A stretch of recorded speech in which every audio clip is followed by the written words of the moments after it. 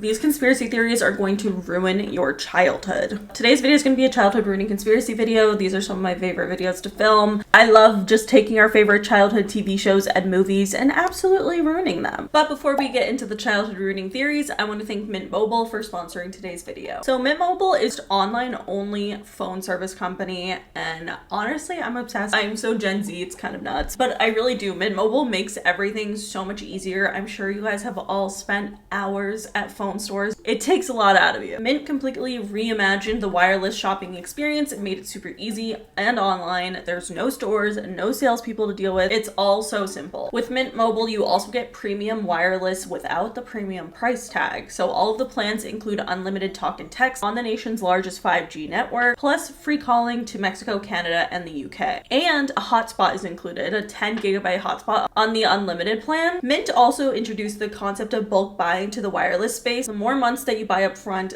the more you save. And the months come in 3 months, 6 months, and 12-month duration. There's also different data options. Mint lets you choose the amount of data that's right for you, so you're not overpaying for something. It's not a one-size-fits-all situation. So you could go from 5 gigabytes, 15, 20, or even unlimited data each month. You can also bring your own unlocked phone, or you can shop the latest phones with Mint. No matter which route you take, you can keep your phone number and all of your existing contacts when you switch. Switching is also very easy. You can sign up and activate in literally minutes with the eSIM from the comfort of your own home. I think a lot of people think switching services is really hard, and it honestly prevents a lot of people from doing it, but Mint Mobile just makes it so much easier. So honestly, get to saving. So if you guys want to check out Mint Mobile, you can click the link below, and new customers can get their premium wireless plans just starting at $15 a month. So definitely go check them out, and thank you again to Mint Mobile for sponsoring today's video. So without further ado, let's get into the childhood ruining conspiracy theories. All right, the first theory I want to talk about comes from Blue's Clues. This is what I remember being my first favorite show as a child. Like, I had Blue's Clues at all of my freaking birthday parties, like in a man in a costume, kind of creepy. But I did. But there is a theory that Blue's Clues was actually just a coping mechanism for a traumatized child. So the theory goes that Blue's Clues wasn't just a quirky educational show about a man and his animated dog solving puzzles and having fun, but really it was an imagined world of a deeply traumatized child created as a way to process grief, loneliness, and potentially abuse. At the center of this theory, the main person, Steve, is not a real person.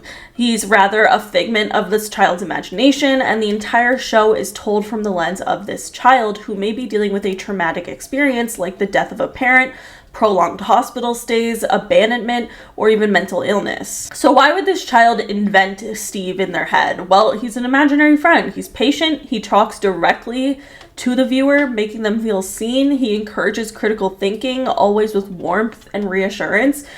He never raises his voice, he never gets upset, and he always waits for an answer, even if it's like an awkward 5 seconds of silence. But in the real world, this kind of unconditional patience and stability may not exist for this child, so this child created that world. When you rewatch Blue's Clues as an adult, you will notice how strange it actually is. The pacing of the show is honestly unusually slow, even compared to other children's shows. Obviously, the backgrounds are super soft and pastel, like the inside of a child's mind. Characters like the mailbox, Mr. Salt and Pepper, the soap, they all talk, but nobody ever questions it. And this is important because it's a child's fantasy. There's no rules. The logic is very dreamlike. Another key element of this theory is that the child watching the show is never actually named. Like, Steve directly talks to you, whoever that is watching. And so when he's asking, like, do you see the clue? What do you think? It's not really a performance, but it's Steve really trying to reach the person on the other side. Like, the show breaks the fourth wall in almost every sentence, and in this theory, that's because the viewer is the protagonist. So the child who imagined this world is inserting themselves directly into it. And Steve isn't necessarily solving these mysteries for himself. He's making you feel competent, helpful, and smart, when in the real world, you probably actually just feel helpless, which is kind of sad. In 2002, Steve famously left the Blue's Clues show and was replaced by his younger brother, Joe. Kids everywhere were devastated by this. I remember being very upset about this as a child. But Steve's departure was explained very vaguely. He was just like going to college. Like, even as children, we felt like something was off. It was abrupt, it was emotional, and it was confusing for us. According to this theory, Steve's departure represents a major trauma or shift in the child's life. Maybe the child's favorite therapist left, Or maybe they were placed in a new foster home. Maybe they were institutionalized. Like, there are so many dark aspects of this theory that kind of add up. And if you think about it, like decades later, pretty recently, Steve actually returned with a viral video reassuring fans, like, I never forgot you. And people literally all over, I mean, I think I cried watching that. And that only strengthens this theory that this wasn't just a children's show. And for some of us, it was emotional survival, which is really sad when you think about it. I just think the Blue's Clues is a coping mechanism theory is so heartbreaking, because not only is it just like to ruin a childhood show, but it really explains why the show meant so much to so many people, and it's really sad. I don't know. It's childhood ruining. I feel like I'm gonna look at people differently when they say Blue's Clues was their favorite show. Like, that's so sad. All right, the next childhood ruining theory is all about the Disney ID wands. I feel like everyone remembers this shit is ingrained in our brains from Disney Channel when they would be like, I'm Miley Cyrus, and you're watching Disney Channel, and do the little Mickey Mouse ears, right? Yeah, I honestly never thought anything of this because it just like was happening my entire life. But there's a kind of dark theory about how over the years, the Disney Channel wand were actually early examples of subliminal messaging and programming in children's television. And it sounds dramatic, but it's actually kind of interesting. Like, let's start with what we know. So those wand commercials played hundreds of times a day. We all saw it. It's iconic. They use the same audio cue, same motion, and same phrase structure pretty much every time. And this consistent repetition, according to behavioral psychology, is the fastest way to program behavior and memories into developing minds. So kids weren't just watching their favorite Disney actors trace a Mickey Mouse head, they were subconsciously being trained to associate Disney with authority, identity, and comfort. So the idea is that these kids that were being targeted, ages like 5 to 13 years old, which again is a very important age range where your brain is developing and forming its long-term preferences, emotional memories, associations, etc. And basically this theory talks about how the Disney wand commercials weren't just commercials, they were rituals. I know it's kind of dramatic, it's kind of dark, but if you think about it, Disney wasn't just branding its network, they were literally branding our brains. Like, I know it sounds crazy and a little bit tinfoil hat, but if you look at it and think about it, it's such like a core memory from our childhood. I don't know, anytime I look at any Disney theory, I'm like, okay, maybe it's just marketing, but I do think that the concept of psychological manipulation is not that far off from anything Disney related. Considering they literally like pump out smells all throughout the parks because they want you to like buy their products. Like, it's not just marketing, you know what I mean? It just feels like we're a part of something bigger and darker, and I don't know, maybe I sound crazy, but let me know what you think. Speaking of Disney, we're going to talk about the theory that the Mickey Mouse Club was a front for MK Ultra. So let's start with the facts here. So MK Ultra was a top secret program run by the CIA from the early 1950s through the late 1970s, and its goal was to explore mind control techniques. They used LSD, electroshock therapy, sleep deprivation, so many different things. Actually, Stranger Things is based on MK Ultra and the Montauk projects, which we've talked about before, but it was very real, and it was publicly exposed in 1975, after which a lot of the documents were conveniently lost. The program was known to test very vulnerable populations, like mental patients and even children. So where does the Mickey Mouse Club come in? Well, Disney has a connection. So Walt Disney wasn't just an entertainment visionary, he also had very close ties with the US Army. During World War II, the Disney studio produced propaganda films for the military. Walt also had the relationships with the FBI director, J. Edgar Hoover, who reportedly allowed the FBI to plant agents in his studio. Documents later revealed that Disney was actually an FBI informant, and is it really that far-fetched to think that Disney could have been involved with something darker, especially when it involves shaping children's programming? So the original Mickey Mouse Club launched in 1955, just 2 years after MK Ultra was officially approved.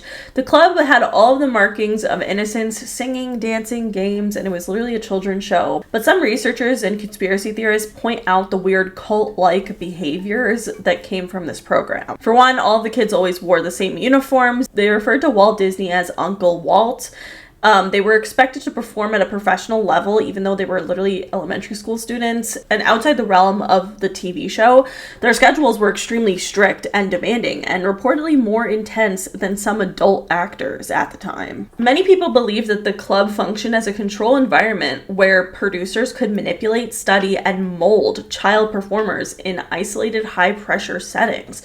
Perfect conditions for MK Ultra-like techniques. A subtheory of MK Ultra was called Project Monarch, which allegedly focused specifically on children using trauma-based conditioning to split their personalities into controllable alters. The belief is that some of these child stars were exposed to abuse, drugs, or psychological manipulation to create hyper-disciplined performers, ones who could literally be controlled by their handlers. Now, we have to look at some of the famous Mouseketeers. They were trained to be cute, compliant, charismatic, and obedient, but as they grew up, they became global stars, and a lot of them suffered public breakdowns, identity crises, and strange behavior. I mean, I think Britney Spears is probably the biggest example of this. Obviously, she had a breakdown in 2007, which led her to be in her conservatorship, which she is now broken free from. She was in that for over 13 years, and honestly, there's been so many different conspiracy theories about Britney Spears in general. We've done several videos on the Free Britney movement, but it's interesting that she could be connected to this theory and that she was just a victim of MK Ultra. I don't know, I think it's kind of interesting considering the trajectory of her life. Justin Timberlake is someone who was also on the Mickey Mouse Club, but he has spoken out about the intense control of his early career and how it stunted his emotional growth. Christina Aguilera was another Mouseketeer who frequently changed personas and once referred to herself as a product.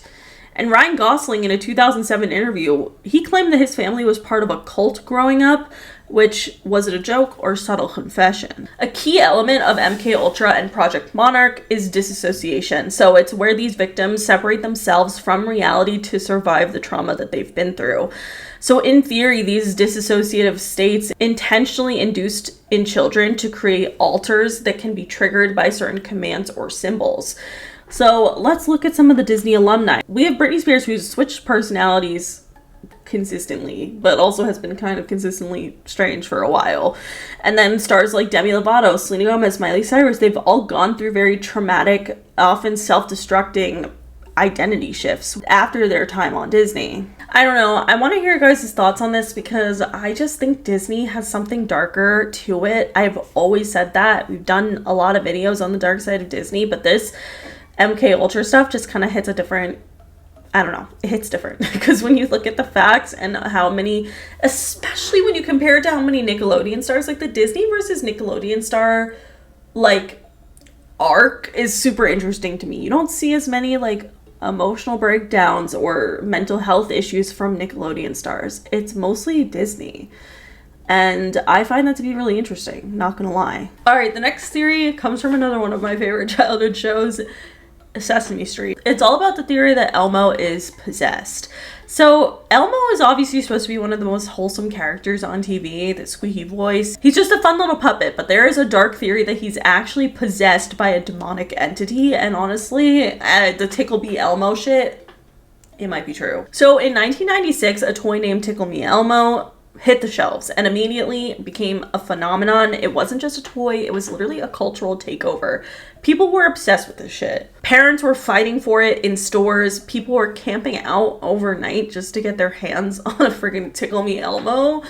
It's a little absurd. What's really creepy about this is that many kids and even adults claim that the toy would activate by itself without being touched. There are dozens of forum posts and anecdotal reports from the late 90s and early 2000s about Tickle Me Elmo dolls laughing in the middle of the night, saying things they weren't programmed to say, or turning on even without batteries in. That's fucking terrifying.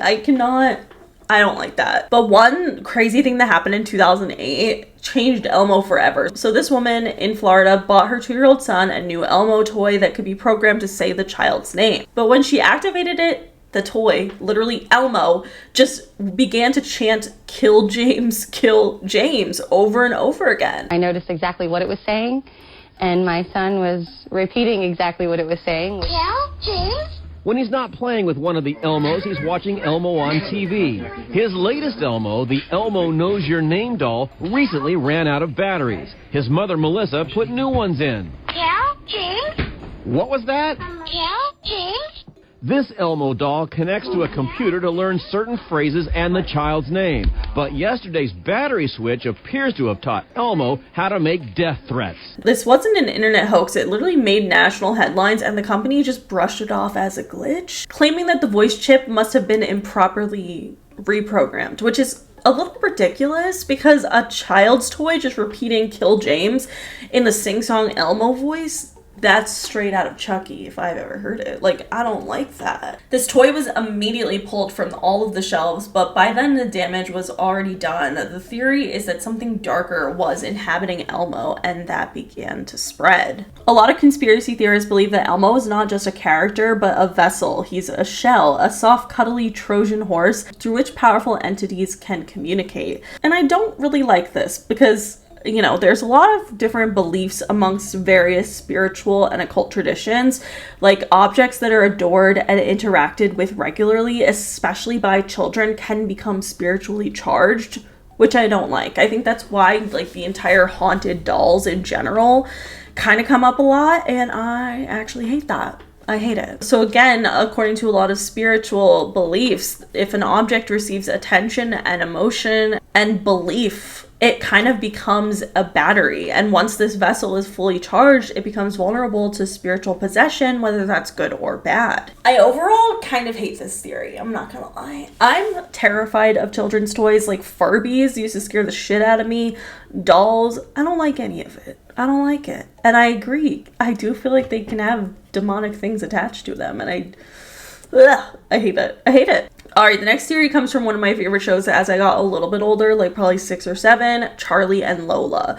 And it's the theory that Charlie and Lola are actually neglected children. So let's start with the obvious. We never see Charlie or Lola's parents. You might hear them occasionally mentioned, but they never appear on screen. You never hear their voices. You never see them at the drop-off. They're just never really in the background. And considering how young Lola is, that's kind of strange. Charlie is portrayed as Lola's primary caregiver. He gets her ready, he feeds her, he solves her emotional problems, reads her stories, and even tucks her in at night. And he is only 7 years old, which begs the question, why is Charlie being forced to parent Lola? The theory is that Charlie and Lola are actually abandoned children, and a lot of the animation kind of coincides with this theory. It's very unique cutout like designs with watercolor backgrounds, and some people think that the scenes feel very surreal or even dreamlike, but the theory goes that the art is deliberately childish because we're seeing the world through Lola and Charlie's imagination. And a lot of fans believe this kind of style is a coping mechanism, which is a result of the dissociative mind. It's the way Lola interprets her world, with talking animals, floating letters, and magical logic, which this kind of imaginative behavior is kind of common across